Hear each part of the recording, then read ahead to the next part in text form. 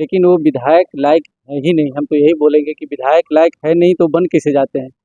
तो बनना भी एक समझिए कि हम लोग के लिए, हम लोग जो समझदार आदमी है, लोग नमस्कार, पढ़े मैं लिखे जितेंद्र लोग हैं। कुमार, आप देख रहे हैं यूथ जागरण। हमारे साथ अभी डॉक्टर साहब हैं। डॉक्टर साहब हरलाखी से भावी उम्मीदवार भी है। इनसे जानेंगे इनके क्षेत्र की जो समस्या है और इनके जो अभी वर्तमान में विधायक है वो कितना काम किए हैं जमीनी स्तर पर। तो सर, बहुत बहुत स्वागत है आपको। धन्यवाद आपको। मेरा आपके क्षेत्र का सबसे बड़ा समस्या क्या है?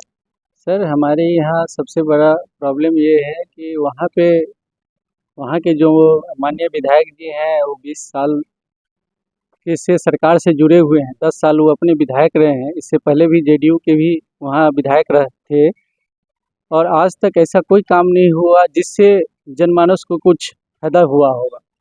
जैसे शिक्षा के क्षेत्र में, स्वास्थ्य के क्षेत्र में, कोई सड़क के भवन निर्माण के, कोई भी क्षेत्र में वो ऐसा कोई भी काम नहीं किए हैं जिससे आप वो सराहनीय कुछ बोल सकते हैं कि सराहनीय कुछ काम किए हों। ऐसा कुछ काम नहीं किए हैं। तो वहाँ जमीनी स्तर पर सबसे बड़ी समस्या है वहाँ का सड़क।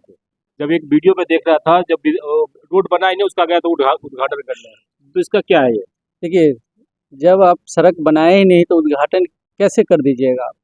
आप काम करवा के ना उद्घाटन करेंगे। आप काम कराए ही नहीं, उद्घाटन करने चलेंगे तो लोग आक्रोशित हो गया उससे और उनका विरोध किया, बहुत जोर विरोध किया है। और वो विधायक हैं, अभी भी देखे होंगे कि कुछ अभी लोगों का फल का दुकान था, जो रोड पे दुकान करते हैं, उनका जो दुकान जल गया, उसके लिए भी कुछ परेशानी हुई थी। ये तो आप लोग देख ही रहे होंगे। लेकिन वो विधायक लायक है ही नहीं। हम तो यही बोलेंगे कि विधायक लायक है नहीं तो बन कैसे जाते हैं। तो बनना भी एक समझिए कि हम लोग के लिए, हम लोग जो समझदार आदमी हैं, लोग पढ़े लिखे लोग हैं, जो भी जेंटलमैन है, जिनको कहते हैं कि जो शिक्षा का थोड़ा अभाव है, शिक्षा के बारे में समझते नहीं है, जो निरक्षर हैं, एक बात ये बोले, उनको हम जेंटलमैन बोलते हैं।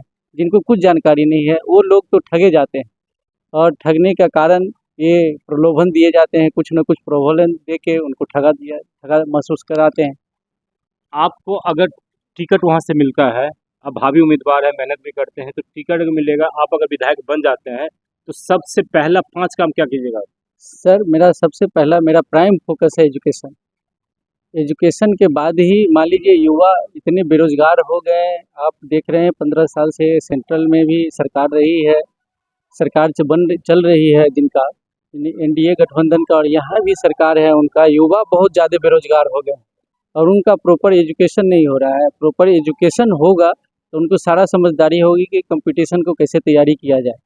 तो उस लेवल की पढ़ाई नहीं होने के कारण सबसे बड़ा लोकल जो विधायक रहते हैं वो शायद, हमको जहाँ तक मालूम है कि वो चेयरमैन होते हैं सारे स्कूल का, मॉनिटरिंग करना चाहिए लोगों को ज़्यादा अच्छा से, तो वो स्कूल को भी मॉनिटरिंग ज़्यादा करना चाहिए।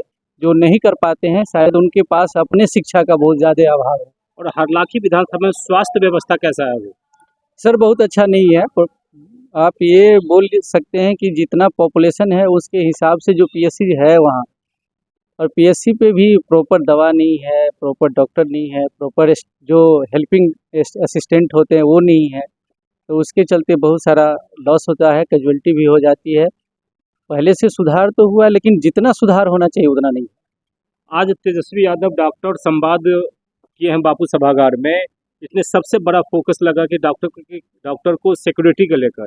तो इसको कैसे देखते हैं आप? नहीं, आजकल के समय में बहुत जरूर, देखिए कोई भी डॉक्टर हो, यदि वो डॉक्टर प्रॉपर में है, पढ़ाई लिखाई किए हैं, तो वो अपने पेशेंट को नहीं चाहते हैं किसी तरह मेरा पेशेंट लॉस करे। कहने का सेंस ये है कि कैजुअल्टी हो जाए, और वो पूरा जी जान लगा देता है उस पर कि हमारा पेशेंट सेफ हो जाए किसी भी तरह, और कि किसी भी तरह सेफ हो जाए। और सेफ नहीं हो, किसी समय कैजुअल्टी हो जाती है, उससे लोग में आक्रोश पैदा हो जाता है, मेरा पेशेंट को ऐसे कर दिया वैसे कर दिया। तो इसके लिए ज़रूरी है, और जो कोई भी डॉक्टर, हम बोल रहे हैं यदि वो जानते हैं डॉक्टरी क्या होता है, तो कोई भी डॉक्टर नहीं चाहता है कि मेरा पेशेंट लॉस कर जाए। तो इसके लॉस कर जाता है तब आक्रोशित हो गया और उसके साथ डॉक्टर के साथ मिसबिहेव हो जाता है।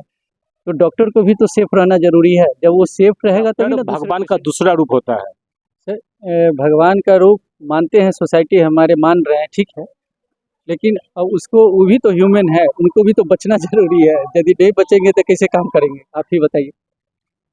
नहीं नहीं, हाँ जरूरी है। जो तेजस्वी यादव बोले कि डॉक्टर जब हमारी सरकार बनेगी तो हम आपकी जो सैलरी है सैलरी बढ़ा देंगे, और डॉक्टर की सिक्योरिटी बहुत जरूरी है, वहाँ सबसे बड़ी समस्या है। तो आप पूरा क्षेत्र भी घूमे हैं, तो क्षेत्र में सबसे ज़्यादा समस्या जो है वो किस चीज़ पे ज़्यादा लगा?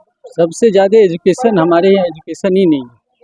एजुकेशन देने से आपको बता दें, कोई भी बात हो, किसी के घर में एक टीचर हो जाए, चाहे एक भी गवर्नमेंट जॉब हो जाए, तो समझिए उसका परिवार ही उसका चेंज हो जाता है, रूपरेखा ही चेंज हो जाते हैं परिवार का। तो हमारे हिसाब से एजुकेशन प्राइम फैक्टर होना चाहिए, और एजुकेशन जब हो जाएगा तो कहीं न कहीं अपनी व्यवस्था वो बहुत ढंग से करेगा और गवर्नमेंट भी उसको लेगा। और हरलाखी तो नेपाल से भी सटा हुआ है, मतलब दूसरे देश से ही सटा हुआ है। तो इसमें जो अभी दारूबंदी का जो लेकर वहाँ सबसे बड़ा मुद्दा चलता है कि नेपाल से दारू आ जाता है बिहार में, और हरलाखी के रास्ते हुए फिर इधर बिहार में एंट्री कर जाता है। आपको हम बताएंगे कि दारू तो बंद हुआ ही नहीं, कब बंद हो गया? जितना सर्विस पहले आपको दुकान पे जाके लेना पड़ता था, परेशानी होती थी जाने में, अच्छे लोग लेते थे नहीं, अब होम टू होम सर्विस है। अब ये समझिए कि इसमें संलिप्तता सरकार की कहीं न कहीं है, जो मतलब कि दारू वो घर-घर पहुँच रहा है। जिनको ज़रूरी है आप कॉल करते हैं, वो घर पे पहुँच जाता है। और कभी आप देखे ही होंगे कि इतना हम लोग का बॉर्डर इलाका है, और बॉर्डर से कितना बार पास होते हुए वहाँ प्रशासन भी कितना बार पकड़े हैं, लोगों को पकड़े हैं। तो इसमें कहने की बात नहीं है, ये लोग सारे लोग जान एसएसबी वाले पकड़ लेते हैं। एसएसबी पकड़ते हैं, थानेदार पकड़ते हैं, जो जिस क्षेत्र में थानेदार रहते हैं वो पकड़ते हैं। इसमें कहीं न कहीं इन्वॉल्वमेंट सबका रहता है। तभी तो माने देखिए दूसरे कंट्री से हमारे कंट्री में कैसे आ जाएगा? कहीं न कहीं बिहार सरकार तो दावा करती है कि बिहार में दारू बंद है। देखिए सिर्फ माने हम बोल दें सोशल मीडिया पे, और ग्राउंड में तो कुछ रिपोर्ट है ही नहीं, तो कैसे मान लीजिएगा? हमारा तो ग्राउंड रिपोर्ट होना चाहिए ना कि बंदी है। आप पब्लिक से मिलिए, हम क्या है ये मत सोचिए, पब्लिक में जाके बोलिए, पब्लिक से पूछिए कि दारू बंद है कि नहीं। आपके क्षेत्र में हमें लगता है कि हर दूसरे दिन वहाँ दारू लाने ले जाने वाले पकड़ाते हैं। बिल्कुल, बिल्कुल सही बोलते हैं आप, पकड़ाते हैं। आप और अगर विधायक बनते वहाँ का तो इस पे फोकस रहेगा। बिल्कुल फोकस रहेगा सर। देखिए जो चीज़ हमारे मैनिफेस्टो में है उसमें तो फोकस किया ही जाएगा। और दूसरा मेरा अपना फोकस ये है कि एजुकेशन पे सबसे ज़्यादा फोकस करना है, एजुकेशन और स्वास्थ्य पे। यदि एजुकेशन, हम बार बार यही बोल रहे हैं कि एजुकेशन दीजिए, आप बच्चे को अच्छा से पढ़ाइए, वो कहीं ना कहीं कम्पीट जरूर कर जाएगा, और कम्पीट करेगा तो उनको जॉब मिलना ही है, और उस लेवल की पढ़ाई होनी चाहिए, जो वैसा व्यवस्था नहीं है।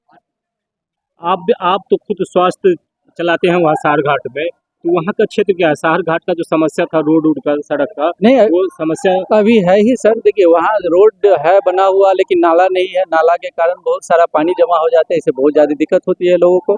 हम तो चाहेंगे कि यदि रोड बना है तो उसके साथ सुरक्षित भी करना है, नाला बना के सुरक्षित करना है कि रोडों परेशानी नहीं हो। जी जी जी, धन्यवाद। तो ये थे हरलाखी के भावी विधायक सुमन जी, और इनसे बहुत कुछ जाने अपने क्षेत्र के बारे में। जी धन्यवाद। अब अपनी प्रतिक्रिया जरूर दीजिएगा।